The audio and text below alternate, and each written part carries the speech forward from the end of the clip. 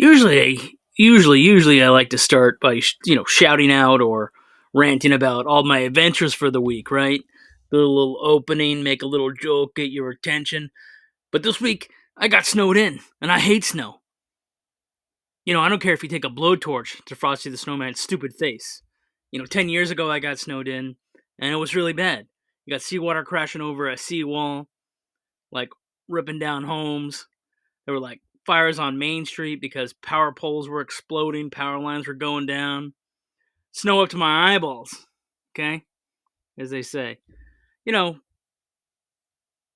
they said at that time maybe volunteer to evacuate, but they weren't guaranteeing evacuation or they weren't forcing evacuation. But it was like, I'm done with snow. And sure enough, here I am again, stupefied, my frozen thoughts, and making a pot of chili. The only one doing the blizzard right is this young lady that was like in a bikini porch diving into a snowdrift off her porch. I'd like to be there to towel her off, serve her some hot cocoa, to support the small victories, naturally. Stick around for a bad romance movie or a toxic thriller. We sit down, we watched this, before we watched this Betty Blue, which I think that's the tops for these types of movies. But let's try to top Betty Blue with some of these other toxic thrillers this season. Stick around for Gary Oldman limping around subway trains. He's missing a toe in this movie. Stick around for one-armed female assassins. You'll find out why she lost the arm. Stick around for some neo-noir romantic drivel oozing off the screen. Let's start this show. Crack open a cold box of wine or pour something cold on ice because it's the Binge-Watchers podcast.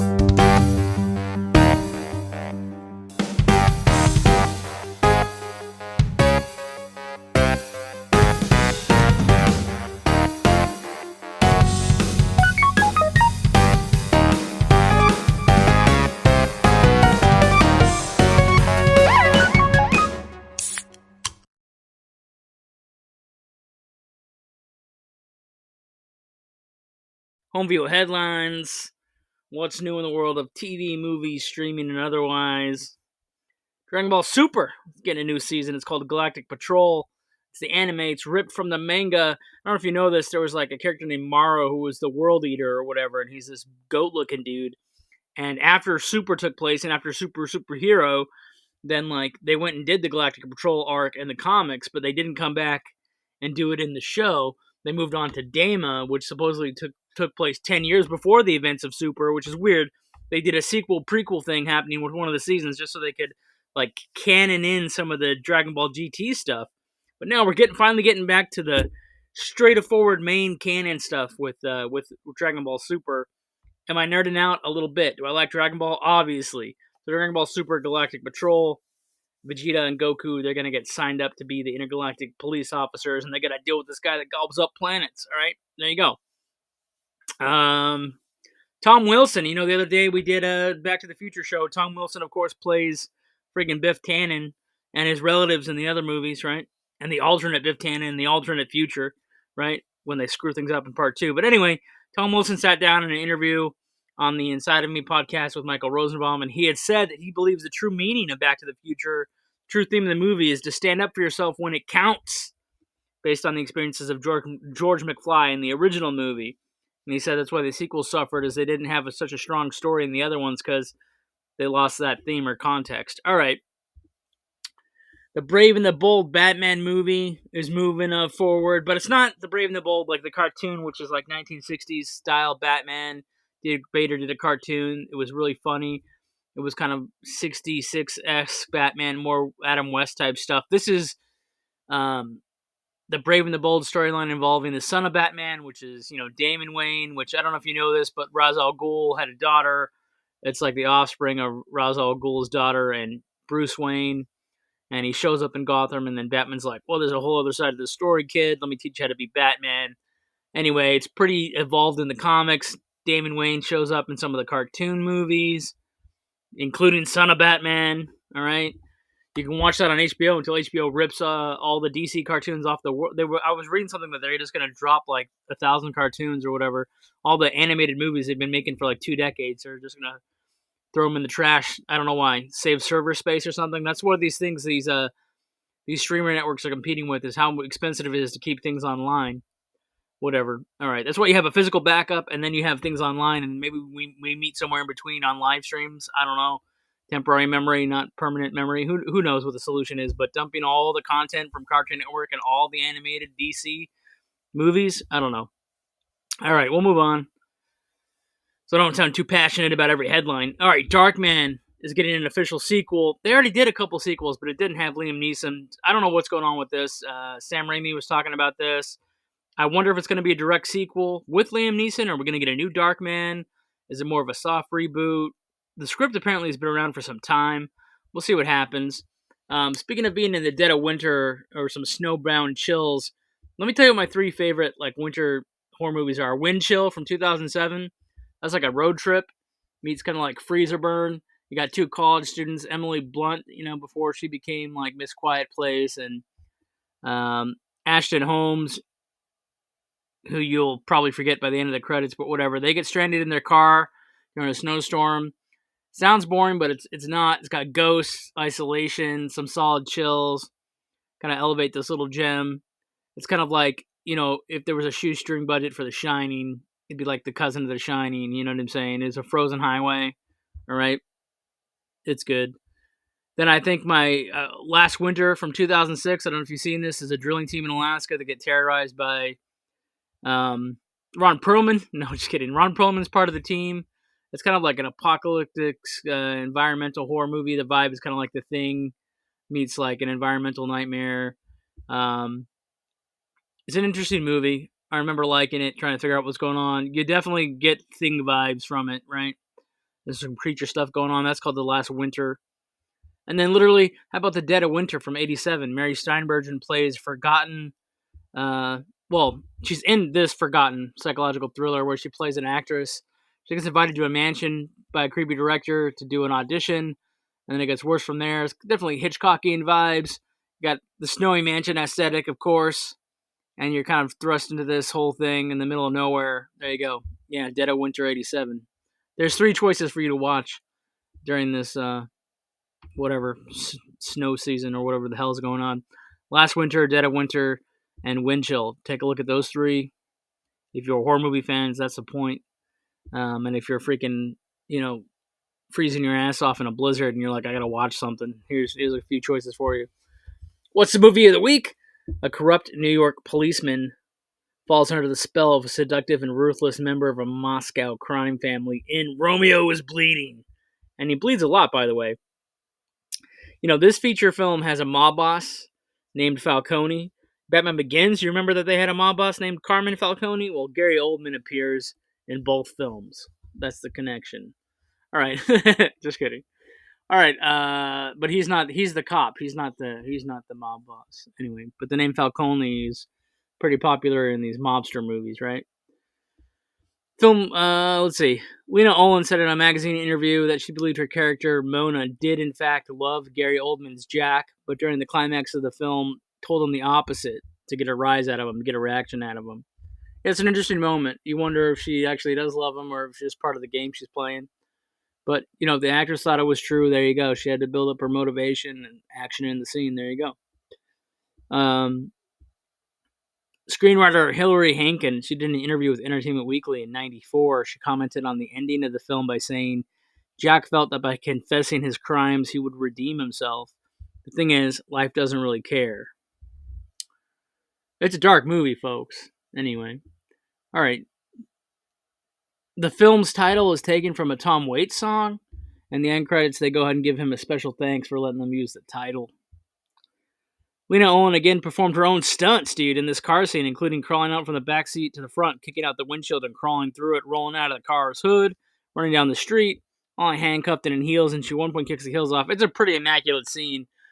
The car crashes, she's handcuffed in the back, she jumps over the guy, she rolls out the window, she runs down the street. It's done in like one or two camera moves. It's pretty impressive. So the fact that the actress did it herself is really cool. The sequence was originally going to be shot with the stunt woman, but then she, Olin herself was like reviewing what the stunt woman was doing, and they were working on the scene with the director, and then she just asked, she's just gonna do it. She recalled, of course, it's fine. It was fun. She's like, generally, I'm a chicken, would never do anything like this, but it worked out.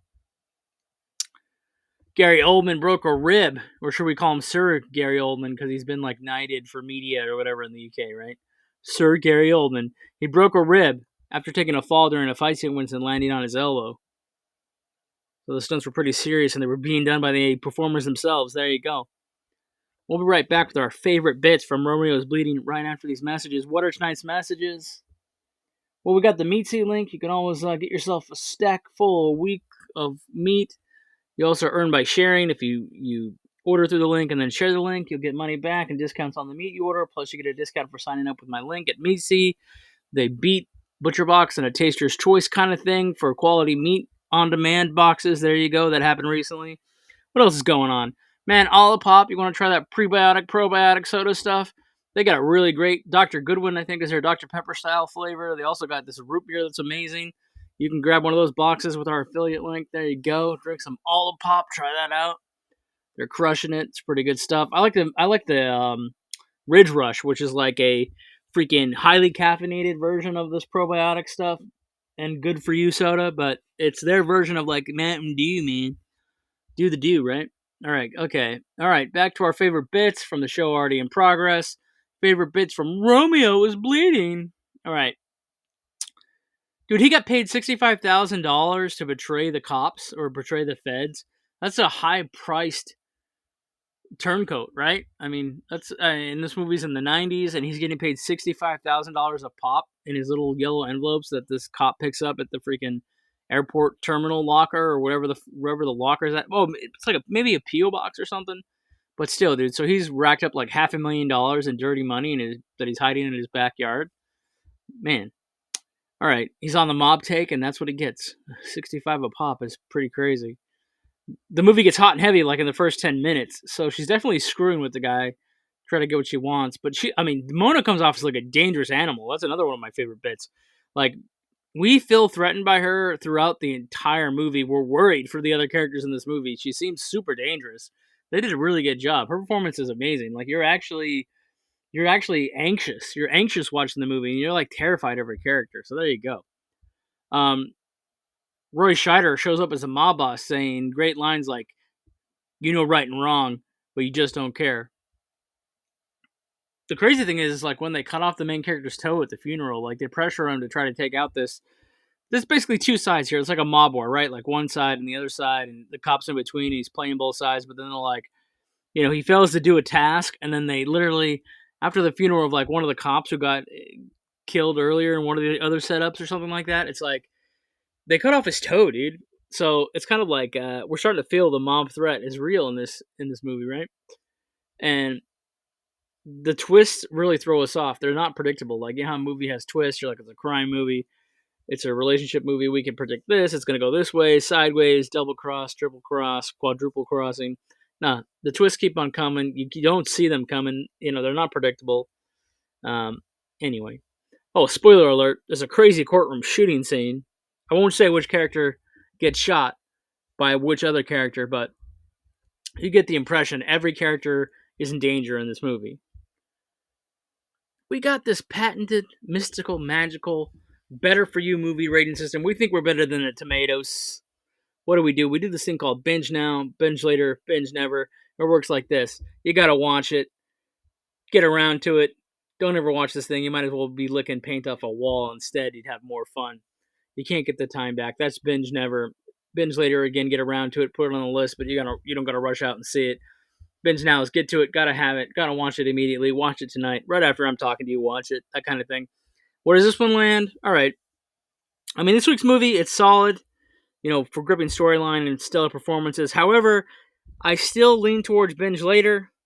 This isn't my genre, really. That's why it's a binge later. I don't neo-noir, crime, cops and robbers, true crime crap. It's Law and Order, all that stuff. That's really not my bread and butter, and it's really not my cup of tea. It's really not the genre that I turn into. I like genre mixers if you can mash that up with something else, you know. Like if the cops are like investigating these crimes, but it also involves a werewolf. Now you're suddenly speaking my language. However, This straight up isn't my genre. So for me, maybe if I'm being a little biased or whatever, it still lands as a binge later. You get around to it, but it's been on my radar for a little while. I remember hearing the title, but I just ignored it. I didn't care to look it up. I think I read about this movie in a script writing book or a book on movies or maybe an essay on script writing online. Somebody brought up this movie, Romeo Is Bleeding. Again, I've been aware of this movie. I've heard the title circulating, but I never thought to tune in. All right. If you're like, it's not my cup of tea either, what can you recommend? We'll get to staff picks. Actually, I'm skipping ahead. Oh, I screwed up. I like to talk about fan service first. Um, He-Man. Yeah. I'm gonna see the new He-Man. They're asking me about the teaser. Yeah, the teaser says in simpler times, here's what a breakfast looked like, and it's a picture of like sugar fruit cereal, like Fruit Loops or Lucky Charms, and then it's like, oh, so here's what a good breakfast looked like. Here's what a hero looked like, and it showed He-Man on the cartoon, the old cartoon, and then like, do I like what Kevin Smith did with the cartoon? Absolutely not. He ruined a cartoon that taught us how to deal with like our masculinity in a responsible way, and he beta cucked it. So no, I don't like what Kevin Smith did on Netflix with the cartoon. Hopefully, the new movie is going to redeem it, redeem the brand, and also the character. The character designs in the new live action, they look ripped from the cartoon, so I'm on board for that. I got ahead of myself with the staff picks. We can roll into them now. So if you're not going to watch the movie of the week, if you're not going to tune in for Romeo's Bleeding, what can we recommend? The Smashing Machine. Unfortunately, dudettes, and otherwise, whatever you call yourself out there, whoever you are, if you're a movie lover, I find the Smashing Machine overrated, and I feel like it has no point. Yeah, it's about the dude's life. Cool, man. The Rock is actually better in Pain and Gain. If you're looking for dramatic work by The Rock, go watch Pain and Gain. Emily Blunt, yeah, she does well as the wife, but I still don't really understand. She has a comfortable life, then she's frustrated that he doesn't really need to lean on her, and then she kind of self-destructs. I'd like to know a little bit more about why she does the things she does, but Emily Blunt played her fine. Mark Kerr, I guess he's one of the original UFC guys before it was really UFC. This is about his career and kind of falling apart and getting into drug addiction. I feel like we've seen so many movies about drug addicts that it's like, what's the angle here? Why should we care about your addiction over somebody else's? And I just feel like the movie doesn't really take us anywhere. So again, it's like, yeah, it can be a character study, but we want to know where it's going. You know what I mean? I mean, it's cool that they include the real guy at the end. He's retired now. He lives in Scottsdale. That's all good. He's gotten over his demons or he's conquered his demons, I guess, but still, that we have to be in the movie during that part of his career when he's falling apart. I don't know. And then what's the arc? There's a private moment where it's like, okay, he's gonna be fine, maybe. I don't know. All right, forget it. Um, let's see. Finally, I watched Code 3. Rainn Wilson, he's playing an EMT. It's kind of lost in the streamer churn, but you can find it now. It's on Hulu. It's worth watching. Yeah, I didn't watch it because it was advertised. I don't know how good this movie's going to be. It's a little bit like Bringing Out the Dead if there were jokes to cut some of the trauma every once in a while. But, I mean, it's good. You're like, Rainn Wilson, the Office guy. Okay, what's he doing now? And I think his co-star is Little Ray Howard. Little Ray Howie. Is that the guy's name? Also a funny dude. But yeah, they're EMTs. So one of their longest shifts is a 24-hour shift. He's considering quitting, getting a different job. And then it goes through all the stages of how he feels about the job and the stresses and what they go on, the calls they go on.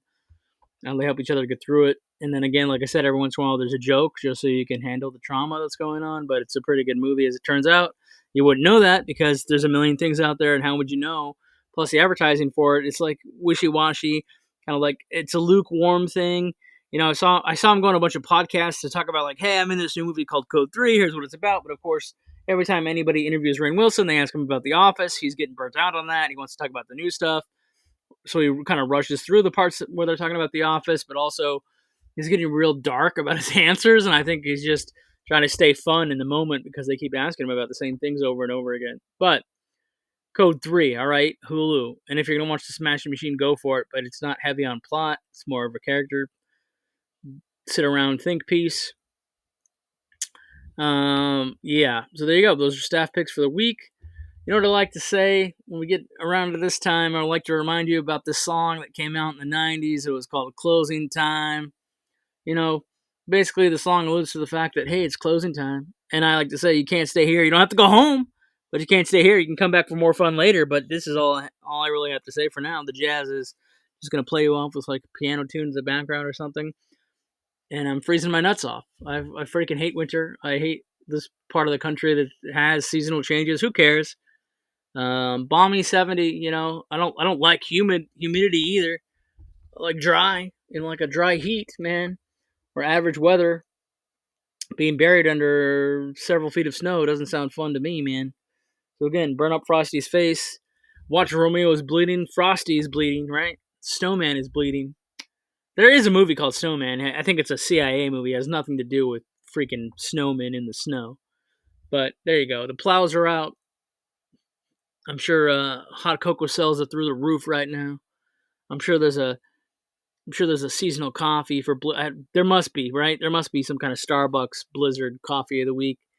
You would think they would have like an emergency coffee or something. I don't know, some kind of flavor they would come up with.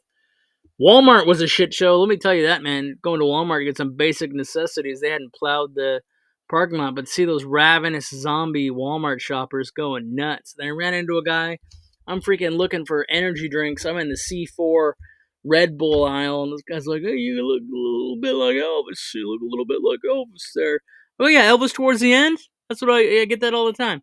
No, he was just saying he was happy because I started doing the imitation, but I don't really do the imitation. Don't tell anybody that I can do it. Don't let anybody know that because a couple weeks ago I was complaining about it. Yeah, I like him, but I can't sing like him. I talk differently.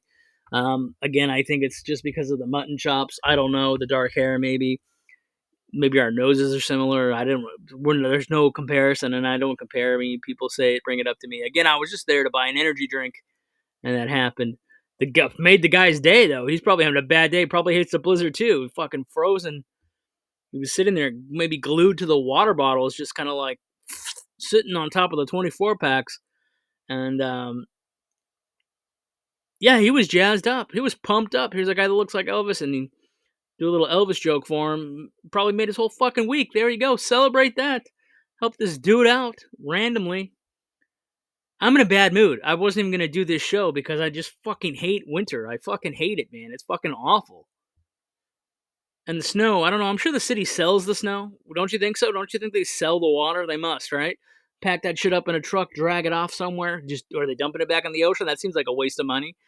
They should run that through some kind of purifier, charcoal filter or something. Bottle that shit and sell it. Maybe it's in the Nestle water. Maybe it's already on the shelf. Now we're slipping into water conspiracy theories here at the end. Are you gonna watch Romeo is Bleeding? Let me know. Let me know.